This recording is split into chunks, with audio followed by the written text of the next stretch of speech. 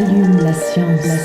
C'est une des nombreuses manières d'essayer de comprendre l'homme. Eh bien, imagine que toute forme de vie sur Terre meurt instantanément et que chaque molécule de ton corps explose à la vitesse de la lumière. Une sorte de relativisme absolu. Inversion complète de la charge des protons. La Terre va entendre ces mots. Allume la science.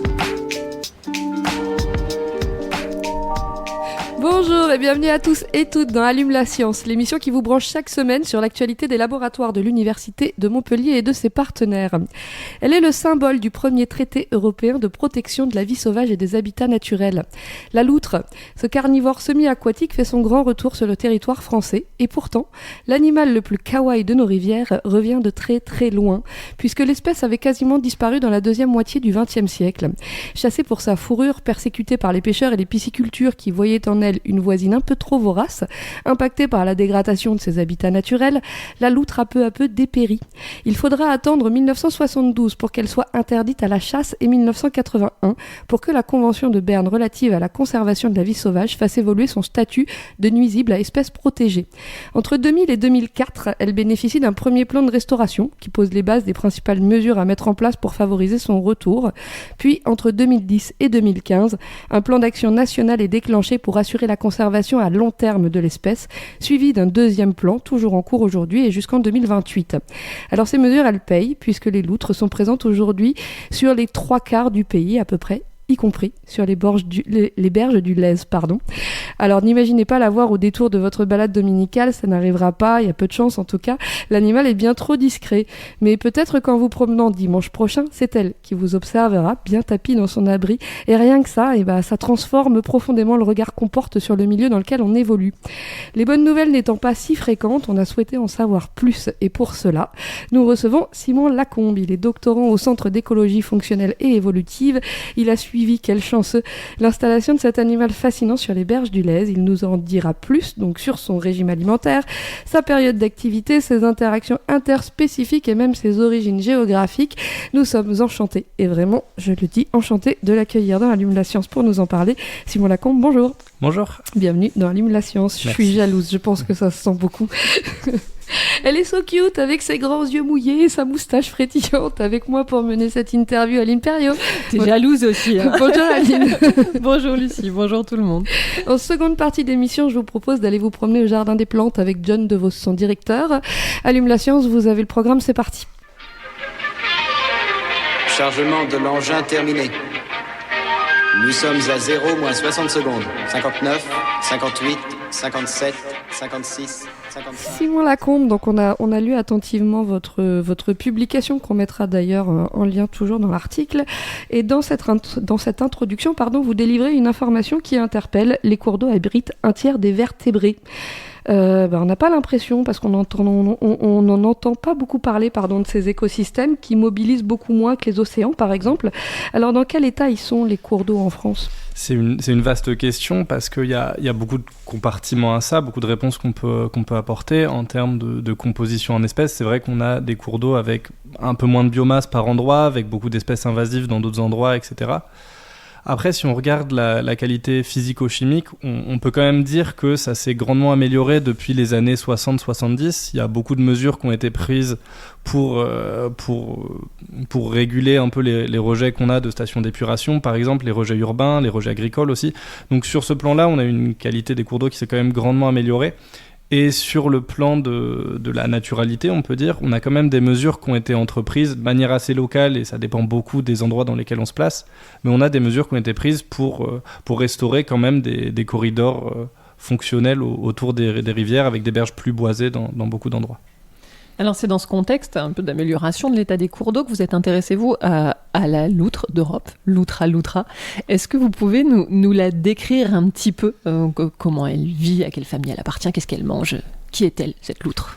Alors la loutre d'Europe, c'est un mustélidé, donc au même titre que les blaireaux, les putois, les fouines par exemple. Et c'est une espèce qui est très généraliste. Si je devais utiliser un mot pour la décrire, ça serait celui-là. En fait, on va la trouver dans beaucoup d'habitats dès lors qu'il y a de l'eau douce. Elle a besoin d'eau douce pour se nettoyer, pour nettoyer sa fourrure, pour la maintenir imperméable. Mais à part ça, elle peut chasser un peu n'importe où dès lors qu'il y a de l'eau. Donc en eau douce comme en eau salée. Donc on la trouve dans des habitats côtiers, on la trouve dans des zones de marais, des zones d'étangs, on la trouve dans des rivières de plaine ou dans des rivières en amont de bassins versants qui sont plus torrentielles, plus oxygénées. Voilà. Et avec ce côté généraliste, elle a aussi un régime alimentaire qui est très varié, qui va globalement refléter les proies qu'on trouve dans le milieu qu'elle habite. Donc c'est principalement des poissons et des petits crustacés, donc typiquement des écrevisses. Ça peut être aussi, selon la saison, des amphibiens. Elle va manger beaucoup de grenouilles et de crapauds pendant leur période de reproduction. Et ça peut être aussi, plus occasionnellement, des petits mammifères et des petits oiseaux. Ça fait quelle taille une loutre, pour se faire une idée? Ça fait, on peut dire 1,20 m en comptant la queue, à peu près. Alors, on va parler du Lèze. Donc, on peut rappeler qu'il fait 29,6 km, qu'il prend sa source à Saint-Clément-de-Rivière. Mais qu'est-ce qu'on peut dire de son état de santé général? C'est une bonne nouvelle que la loutre, elle soit revenue? Oui, c'est toujours une bonne nouvelle. Pour ce qui est du Lèze, c'est un cours d'eau, comme vous l'avez dit, qui est assez court et qui est principalement, qui court dans la métropole de Montpellier, donc des habitats principalement urbains. Et de fait de ça, c'est un cours d'eau qui, sur tout son cours, traverse des habitats urbains en fait. Malgré ça, on a quand même un cours d'eau qui a fait l'objet de mesures de restauration de l'habitat, qui est un habitat qui est assez en assez bonne santé. On a notamment des zones protégées comme des zones Natura 2000 sur toute la partie amont. Donc c'est un cours d'eau qui est intéressant parce qu'il va quand même connecter des habitats très urbains, très anthropisés, avec beaucoup de perturbations humaines, avec des habitats qui sont quand même relativement naturels, avec un cours qui est, au moins sur toute la partie amont, assez boisé. Est-ce qu'on peut dire de la loutre que c'est une espèce sentinelle, ou est-ce que ça se nuance un peu? Effectivement, c'est quelque chose qui a beaucoup été dit. Nous, c'est quand même un propos qu'on essaye de nuancer, parce que, comme je le disais un peu plus tôt, c'est une espèce qui est très généraliste. Et en fait, on est en train de se rendre compte qu'elle est capable d'être dans beaucoup d'endroits, y compris des habitats très perturbés. Par contre, on n'a pas d'idée, cela dit, sur sa capacité à se reproduire, à avoir des descendants fertiles dans ces endroits-là, etc. Donc peut-être qu'elle va effectivement être affectée par la qualité de l'eau, mais c'est des informations qu'on n'a pas. En tout cas, on sait qu'elle peut être présente partout, y compris dans des milieux très, très perturbés. En fait, ce qui joue, c'est plutôt le fait qu'elle soit laissée tranquille, qu'elle ne soit plus chassée, et c'est principalement pour ça qu'elle revient. Alors, votre recherche, elle s'est appuyée sur une collaboration étroite entre partenaires académiques et non académiques, tous engagés dans la conservation de la loutre. Avec quels partenaires vous avez travaillé ? On a travaillé sur le Lèze avec la ville et la métropole de Montpellier, et avec le PTB du Lèze, donc c'est un établissement public territorial de bassin versant. C'est particulièrement, ce genre de partenariat est particulièrement précieux parce que c'est des acteurs et actrices qui nous apportent une connaissance du terrain qu'on n'aurait pas par nous-mêmes en fait. Donc sur le choix des sites, sur la mise en relation avec les propriétaires par exemple, lorsqu'on doit aller sur des terrains privés, etc., si on n'avait pas l'aide de l'EPTB et de la ville, ça serait beaucoup plus compliqué. Voilà. Et puis il nous apporte une connaissance quand même des enjeux locaux qui est très précieuse. Et vous dites aussi que le Lèze, justement, on parle de terrain, et que c'est un terrain idéal pour cette étude. Pourquoi spécifiquement le Lèze ? Je dirais que c'est en grande partie par sa proximité avec la ville. Ça nous permet de montrer en fait qu'à proximité immédiate des habitations, potentiellement de cours d'école, on a travaillé sur une cour d'école en centre-ville de Montpellier, à proximité immédiate, on a la présence d'une faune, d'une biodiversité qui n'est pas suspectée en fait. Alors pour réaliser cette étude, justement, vous avez utilisé ce qu'on appelle des méthodes d'échantillonnage non invasives. Donc la recherche d'indices, le piège photographique et l'ADN environnemental. On va commencer par la recherche d'indices. Vous parlez des épreintes. Alors qu'est-ce que c'est et en quoi c'est caractéristique ? Alors les épreintes, c'est le nom qu'on donne aux crottes de la loutre. Il faut savoir que la loutre, c'est un animal qui est territorial. Elle occupe des territoires qui peuvent être très grands. Ça peut aller jusqu'à 40 km pour un mâle dans certains endroits. Et donc elle va avoir tendance à marquer son territoire de manière assez intensive avec ses épreintes. Donc on peut trouver beaucoup d'épreintes en fait sur les territoires des loutres. Et elles vont également marquer dans des endroits assez stéréotypés. Ça va être des petites souches qui émergent de l'eau ou des rochers sur les berges, des choses comme ça. Ce qui fait que pour des observateurs et observatrices qui ont l'habitude de l'espèce, c'est relativement facile de trouver des épreintes dans les endroits où la loutre est présente. C'est pour ça que jusqu'à maintenant sont suivis en France et ailleurs en Europe a principalement été basée sur la recherche de ces crottes, de ces épreintes. Et elles ressemblent à quoi? Alors pourquoi on dit qu'elles sont pas confondables avec d'autres Oui, c'est des excréments qui sont très caractéristiques. On va trouver énormément de résidus de ce qu'elles mangent, donc beaucoup d'arêtes de poisson ou d'écailles de poisson, beaucoup également de morceaux de carapace d'écrevisse. On peut trouver de manière très claire des morceaux de pince d'écrevisse. Et à côté de ça, elle va sécréter aussi une sorte d'huile qu'elle utilise pour marquer de manière olfactive, hein, c'est un signal de communication. Et ça a une odeur qui est très très caractéristique. Certaines personnes en parlent comme une odeur proche du miel ou un truc ou quelque chose d'un peu boisé, du jasmin, des fois on entend. Voilà. Alors, en complément de cette méthode, vous avez utilisé, on l'a dit, les pièges photographiques. Vous en avez disposé combien et comment vous avez choisi où les mettre ? Sur le lez, on en a disposé une vingtaine, donc qui étaient là jusqu'à janvier 2024. Et alors pour les endroits, donc en fait on a quand même essayé d'échantillonner des sites particuliers. Donc, et par un site, on définissait des sections de cours d'eau de 600 mètres. Ça, c'est basé sur le protocole recommandé par l'Union internationale pour la conservation de la nature, qui est un protocole de recherche d'épreintes, de recherche de crottes. Donc pour trouver des crottes, il faut pouvoir prospecter le cours d'eau sur 600 mètres. On a cherché à mettre les pièges photos à proximité immédiate de nos sites de recherche d'épreintes pour pouvoir un peu comparer les résultats qu'on obtenait. Donc ça nous a déjà beaucoup contraints parce qu'il fallait que le cours d'eau soit accessible et prospectable sur 600 mètres. Et ensuite, une fois qu'on avait localisé ces endroits-là, donc pour ça on l'a beaucoup fait à l'aide de l'EPTB qui a une bonne connaissance du lez, on a placé nos pièges photos dans des micro-habitats, c'est-à-dire des endroits à très fine échelle, sur lesquels on suspectait que la loutre pouvait passer. Donc ça nécessite de bien connaître l'écologie et le comportement de l'espèce.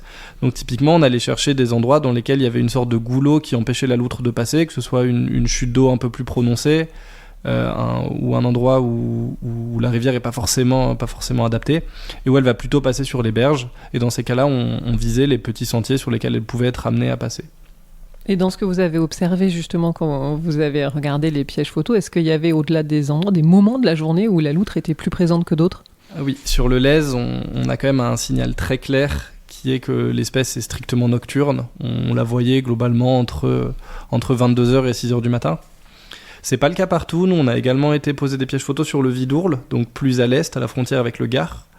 Et ici, on avait des observations qui étaient faites de jour. Donc, on pense que la loutre n'était pas à l'origine un animal nocturne, mais qu'avec les dérangements humains, elle a cherché à partitionner son activité pour être plus active dans des moments où nous, on ne l'est pas. Donc, c'est pour ça qu'elle est nocturne à proximité des endroits plus peuplés. Et sur dort où, pardon. Elle dort où, la loutre Alors, ça dépend beaucoup de si elle est suitée, c'est-à-dire si elle a des petits avec elle. Lorsqu'elle a ses petits, elle va chercher à dormir dans des endroits où ses petits sont protégés. Donc souvent c'est dans des petites tanières sous des rochers ou sous des racines, dans des endroits où elle est abritée. Lorsqu'elle a pas ses petits, elle va quand même chercher dans les moments où elle se sent pas particulièrement en sécurité, donc à proximité des habitats humains, à avoir des abris comme ça. Mais dans des endroits plus isolés, ça peut être, elle peut dormir à même le sol, au pied d'un arbre ou des choses comme ça. Une chose qu'on sait, c'est qu'elle utilise beaucoup de sites de repos différents sur une même journée. Quand elle a pas ses petits. Et alors au-delà des loutres, quand vous avez regardé les photos des pièges, vous avez vu beaucoup d'autres animaux. On a vu des sangliers, des genettes, des renards, des fouines, des ragondins. Et est-ce que vous avez observé des interactions entre la loutre et toutes ces autres espèces qui sont au même endroit ? Oui, effectivement, il y a beaucoup d'espèces. Alors rien qu'on s'attendait pas particulièrement à observer. Alors, on a éventuellement été un peu surpris de voir autant de genettes à proximité directe de Montpellier. On a fait des observations de genettes, y compris dans des endroits très urbanisés. Pour ce qui est des interactions, on peut mentionner une observation assez intéressante qu'on ne soupçonnait pas du tout, c'est qu'on a vu à un endroit une loutre chasser un renard. Donc c'était probablement parce que la loutre cherchait à défendre son territoire et qu'elle est tombée sur ce renard en intrusion dans son territoire, et donc elle a cherché à le chasser. C'était une observation intéressante. Et elle a réussi à le chasser ? A priori, oui, on a que 10 secondes de vidéo, mais le renard semblait pas très fier d'être là, quoi. Vous en avez vu en visuel, vous ? Oui, j'en ai vu une fois ou deux sur l'amont du Lez. Elle est jalouse. Une fois ou deux, ça me laisse peu de possibilités d'en voir une. On allant me promener le dimanche quand même. Alors, la troisième méthode, c'est l'ADN environnemental. Alors, on en a déjà parlé, mais davantage sur des études en milieu marin. Est-ce que vous pouvez nous rappeler ce que c'est l'ADN environnemental ? L'ADN environnemental, c'est quelque chose qu'on connaît tous et toutes très bien parce qu'on a traversé 5 années assez difficiles de Covid. Donc, c'est ce qu'on appelle des PCR. Pour des réactions de polymérisation en chaîne, on va chercher en fait dans un milieu particulier de l'ADN qu'on va essayer de rattacher à une espèce. Donc ça peut être aller chercher de l'ADN de Covid dans des échantillons prélevés chez des gens, ou alors ça peut être d'aller chercher de l'ADN de loutre dans des échantillons d'eau. Donc nous, c'est ce qu'on a fait. On a utilisé une approche qui s'appelle métabarcoding parce qu'on ne va pas chercher uniquement une seule espèce, ici la loutre, mais qu'on va justement chercher de l'ADN de beaucoup d'espèces et aller dresser en une sorte de panorama en fait, de ce qui est présent dans nos échantillons d'eau. Alors vous avez repéré 2 individus, c'est ça ? Oui, alors ça c'est quelque chose c'est pas une information qu'on peut avoir à partir des échantillons d'eau. On a de l'ADN qui est trop dégradé en fait, donc on peut aller jusqu'à l'espèce mais difficilement jusqu'à l'individu. On a aussi prélevé des épreintes qu'on a envoyées dans un laboratoire, c'est des partenaires qui sont à l'université de Liège en Belgique. Et eux, ils ont pu, à partir de ces échantillons d'épreintes, dans lesquels l'ADN est beaucoup moins dégradé, aller jusqu'à identifier les individus. Nous, on a identifié 2 individus sur le lèse. Après, c'était à partir d'assez peu d'épreintes collectées, donc on n'est pas du tout sûr d'avoir capté l'ensemble des individus. C'est même plutôt probablement l'inverse. Alors, vous avez également souhaité, donc à partir de ces épreintes et de l'ADN, surtout les épreintes j'imagine, souhaité savoir d'où elles venaient, ces loutres. Alors elles viennent d'où ? Oui, ça c'est fait par nos mêmes partenaires à l'université de Liège. En fait, dans l'ADN qui est présent dans les épreintes, qui est peu dégradé, on peut trouver des endroits dans le génome dans lesquels il y a une assez grande variabilité. Et à partir de la variabilité à ces endroits-là, on peut estimer une espèce de distance entre des individus. Et des individus qui sont proches par leur génome vont être plutôt issus de populations qui sont proches. Et on peut trouver aussi des différences très abruptes entre des échantillons qui montrent qu'elles sont issues de populations complètement différentes. Donc en France, globalement, on a 4 populations en Bretagne, sur la façade atlantique, plutôt dans les Landes, dans le Massif central, et une population plutôt pyrénéenne qui vient probablement d'Espagne. Donc même si aujourd'hui toutes ces populations sont sont connectées géographiquement, on a quand même une différenciation qui est marquée dans le génome qui provient en fait de presque un demi-siècle de séparation entre ces populations. Pour ce qui est du lèse, c'est intéressant parce qu'on a l'impression que c'est issu de 2 populations très différentes. On a des individus qui sont plus proches des individus qu'on avait récemment sur la vallée du Rhône et des individus qui sont plus proches des populations du Massif central. Donc ce que ça suggère, c'est qu'on a des individus qui peuvent coloniser depuis le Massif central, depuis les Cévennes par l'amont de nos rivières, et qu'on a aussi des individus qui colonisent plutôt par l'embouchure du Rhône via les étangs littoraux. Donc on serait potentiellement sur une zone un peu une sorte de carrefour génétique dans l'Hérault. Alors cette technique de métabarcoding que vous avez utilisée pour savoir d'où venaient les loutres, vous l'avez aussi utilisée pour en apprendre plus sur leur régime alimentaire. Qu'est-ce qu'elles ont mangé, ces loutres du lèse ? Alors, encore une fois, on a trouvé des résultats qui étaient en accord avec ce qu'on savait sur l'espèce. On sait qu'elle a tendance à manger ce qui est présent à proximité. Et effectivement, dans les échantillons, en faisant du métabarcoding sur les crottes, on a trouvé qu'elle consommait des choses similaires à ce qui était présent dans les échantillons d'eau. Donc c'est plutôt des poissons et des écrevisses selon la saison. Et alors justement, ces écrevisses, il y avait beaucoup d'écrevisses américaines qui sont des espèces invasives. Est-ce que le fait que les loutres mangent ces espèces invasives, ça pourrait en aider à restaurer un peu ces écosystèmes locaux dans leurs états originels ? C'est difficile à dire et dans les faits, ça serait très difficile de mettre ça en évidence. À l'heure actuelle, on n'a pas d'informations qui nous permettent d'aller dans ce sens-là. C'est certain que les loutres en consomment beaucoup, elles peuvent en consommer beaucoup, effectivement. Une autre hypothèse qui est dans ce registre-là, moi que je trouve très intéressante, ça serait que potentiellement la présence de ces écrevisses invasives aurait à l'inverse permis à la loutre de revenir, ou en tout cas favoriser le retour de la loutre qui était permis par d'autres facteurs également. C'est pareil, c'est difficile de mettre ça en évidence, donc à l'heure actuelle c'est que des hypothèses, mais peut-être qu'on aura plus de pistes là-dessus plus tard. Alors toutes ces méthodes, elles vous ont également permis de mieux comprendre la distribution de la loutre sur le lèse. Donc vous avez dit il y a une partie très anthropisée, une partie qui l'est beaucoup moins. Est-ce qu'elle se cantonne à cette partie-là ou est-ce qu'elle voyage ? On sait que la loutre est présente sur tout le cours du lèse, de la source à l'embouchure. On ne sait pas dans quelle mesure elle utilise ces habitats différemment. De toutes les observations qu'on a pu faire, il semblerait qu'elle puisse utiliser la partie amont plus boisée et la partie aval des étangs littoraux pour se nourrir, se reposer, etc. Par contre, toute la partie urbaine qui passe dans Montpellier, a priori, on n'a pas trouvé de site de nourrissage ni de site de repos. En revanche, on sait que la loutre passe. On le sait parce que justement, on a identifié des individus à partir d'épreintes et ça nous a permis de savoir que des mêmes individus étaient présents à la fois en aval et en amont sur des périodes de temps très courtes. Donc elles sont obligées de passer par Montpellier. Oui, c'est ça, de transiter par Montpellier. Nous, on a fait des observations très très régulières au piège photo autour de l'hôtel de région vers la place de l'Europe.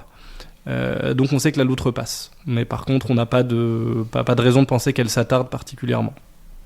Vous parlez de la trame turquoise, pardon. Qu'est-ce que c'est ? Oui, alors la trame turquoise, c'est issu d'initiatives qui s'appellent la trame verte et la trame bleue, qui visent à conserver des corridors écologiques continus pour permettre aux animaux de se déplacer et de relier les différents habitats pour éviter en fait d'avoir un morcellement des populations qui conduirait à une perte de diversité génétique, ce qui est très néfaste pour les populations.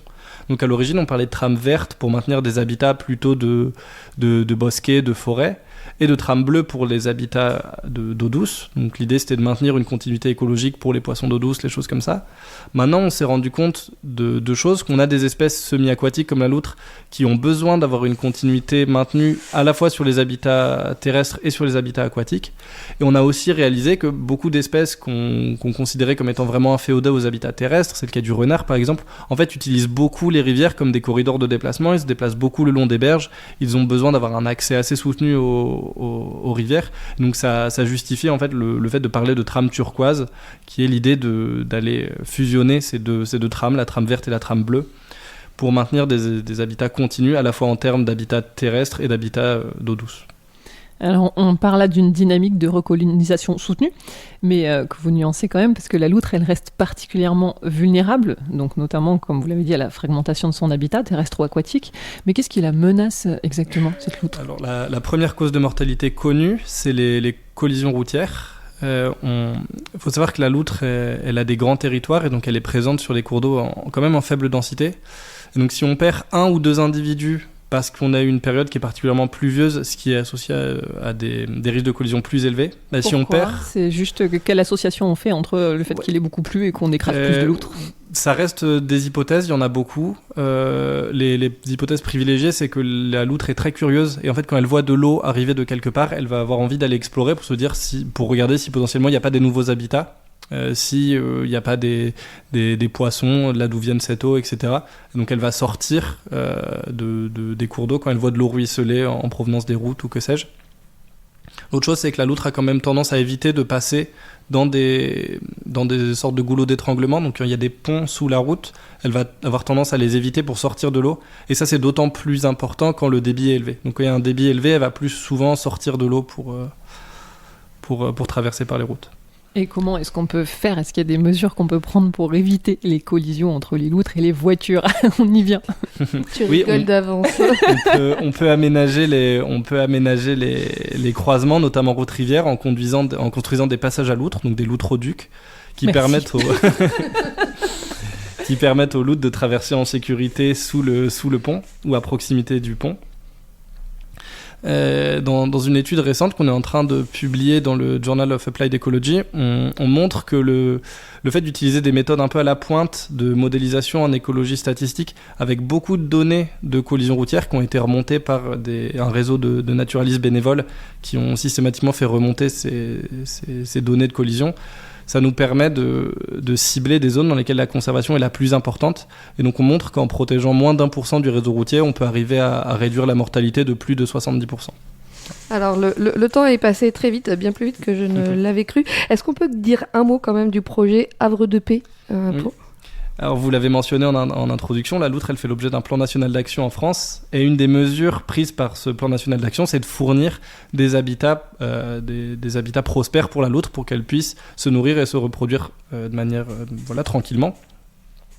Et dans le cadre de cette mesure, il existe la mesure des havres de paix pour la loutre qui consiste à permettre à des personnes qui ont un terrain qui est voisin d'un cours d'eau ou d'un plan d'eau d'aménager ce qu'on appelle un havre de paix. dans lequel il s'engage à fournir des habitats qui sont propices à la présence de la loutre, et ce de manière peu dérangée. Donc ça passe par une convention entre ces acteurs qui sont soit des particuliers, soit des municipalités, ça peut être des écoles, qui s'engagent à fournir des habitats propices et sans dérangement. Donc j'imagine avec une berge arborée, pas de chien, pas de renard, pas de chat, pas de... Ok. Et il s'engage souvent à mettre en place un petit suivi aussi de l'efficacité du havre de paix, soit par des pièges photos, soit en allant régulièrement chercher des épreintes. Voilà. Super, merci beaucoup Simon Lacombe, c'était passionnant et je suis décidément jalouse. Revenez quand vous voulez, vous avez une publi en préparation je crois. Oui, je suis en train de travailler sur cette publication sur les collisions routières et comment ça peut conduire à des plans de gestion et de préservation. On la suivra attentivement. Merci beaucoup. Et on passe maintenant à notre séquence reportage. Donc vous avez sans doute profité de cet avant-goût du printemps pour vous promener ce week-end. Mais avez-vous pensé au Jardin des Plantes ? Depuis le mois de décembre, le portail d'honneur fermé il y a plus de 20 ans s'ouvre à nouveau sur le haut du jardin. L'occasion de redécouvrir ce lieu emblématique et c'est ce que j'ai fait en compagnie de John DeVos, son directeur.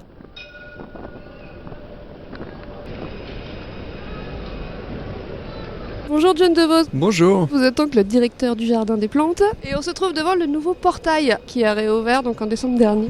Donc ce portail a été construit moitié du 19e, 1841. On reconnaît la patte du 19e, massif, avec un travail de ferronnerie très, très fin. Il ouvre en grand le jardin en venant du Pérou. On était très déçus finalement de devoir le fermer, mais il y avait des problèmes de vétusté qui faisaient qu'il présentait un danger, donc il a été fermé depuis une vingtaine d'années. Là, il a été entièrement rénové et donc maintenant il est ouvert constamment dès que le jardin est ouvert au public.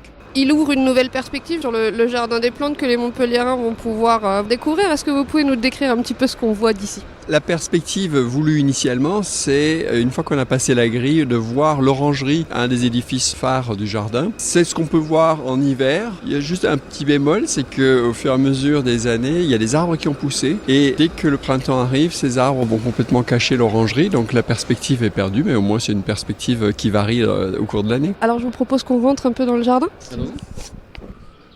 Vous avez pris la suite de Thierry Lavabe-Bertrand en septembre 2024, vous m'avez dit. Quels sont vos projets pour le jardin ? D'abord, la continuité de ce qu'a entrepris Thierry Lavabe-Bertrand, c'est-à-dire notamment tout ce qui est patrimonial. Il avait inauguré la Serre Martins, il a fait rénover l'orangerie, vraiment très grands travaux et très apprécié puisqu'on y a régulièrement des expositions, il y a des événements, tout en gardant son activité de base de l'orangerie qui est d'abriter des plantes l'hiver pour les mettre à l'abri du gel. Avec l'école systématique, on avait redécouvert un petit peu une autre dimension du jardin. Comment vous le décririez, le rôle du jardin ? Alors le jardin, c'est vraiment une sorte de poupée russe. Il y a plein d'aspects dans ce jardin, ce qui fait d'ailleurs tout le charme du jardin. Donc il y a bien sûr l'aspect que beaucoup de Montpelliérains apprécient, celui d'un parc très tranquille, vivant. On entend les oiseaux, les animaux, on voit les plantes. Mais il y a aussi, et c'est vraiment la fonction primaire d'un jardin botanique, et pas seulement un parc, c'est d'abriter une très grande variété de plantes, y compris beaucoup de plantes qui sont des plantes sauvages et non pas des cultivars. C'est pas, s'il y a des rosiers, c'est essentiellement des rosiers sauvages et pas les rosiers qui sont cultivés pour leurs fleurs, etc. Mettre en valeur la diversité des plantes et faire connaître les plantes. Et puis vous avez d'autres aspects comme le côté historique avec presque des aspects romantiques. On peut trouver des fausses arches antiques, on peut trouver des puits anciens, on peut trouver des bustes, etc. qui nous rappellent à l'histoire du jardin, qui s'inscrit sur plus de 400 ans et qu'on va retrouver avec les différents secteurs. La montagne, par exemple, c'est la première partie qui a été créée par Pierre Richer de Belleval. En la montant, on contemple 400 ans d'histoire, d'enseignement de la botanique et de la médecine. Et puis enfin, le dernier aspect, mais pas des moindres, littéraire et poétique, puisque un certain nombre d'auteurs se sont promenés dans le jardin et ont écrit soit des poèmes, soit des extraits dans des livres, ont écrit sur le jardin des plantes de Montpellier. C'est Paul Valéry qui a un banc là-bas, oui, c'est ça. Paul Valéry, André Gide et plein d'autres. Alors vous avez parlé de la montagne, c'est l'allée qui est juste derrière l'orangerie, c'est ça ? La montagne, c'est lorsqu'on descend l'entrée Henri IV, non pas l'entrée du portail sud. Juste en face, vous avez des escaliers qui montent sur une sorte de pyramide, mais une pyramide qui ne va pas avoir 4 faces qui se retrouvent en pointe, mais une pyramide qui est très allongée et qui va jusqu'à l'intendance. Mais c'est quand même en hauteur. Et quand Pierre Richer de Belleval a créé le jardin, il a créé cette montagne. Pourquoi ? C'est pour avoir 2 faces, comme sur des montagnes, une face au sud pour abriter les plantes qui aiment le soleil, et une face au nord pour au contraire mettre à l'abri du soleil les plantes qui n'aiment pas trop le soleil. C'est quoi votre endroit préféré du jardin ? On peut continuer un petit peu. Oui.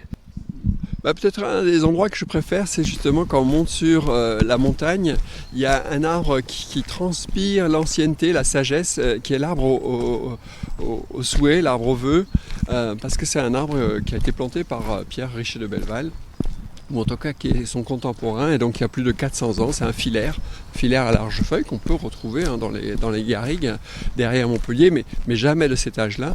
Et là, rien que de le contempler avec toutes ces anfractuosités, presque on dirait qu'il est couvert de lianes, alors que c'est juste son écorce qui dessine cette architecture. Eh bien, on sent cette ancienneté, cette sagesse, comme je le disais. Je ne sais pas si vous souhaitez aller le voir. Allez. Vraiment, c'est tellement agréable de se promener. Hop, on passe les flaques.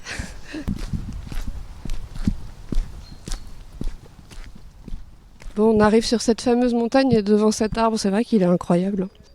On dirait vraiment un personnage, hein, même avec ses bras, les branches sur les côtés, on dirait un personnage, un vieux sorcier mais bienveillant qui nous contemple. Vous savez ce que deviennent tous les petits papiers ? Alors parfois je dis en plaisantant que l'équipe du jardin s'ingénie à les résoudre, à les réaliser en pratique pour éviter que l'arbre ne devienne du papier mâché. Régulièrement les jardiniers les enlèvent.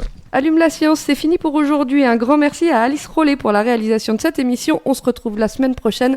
D'ici là, restez branchés.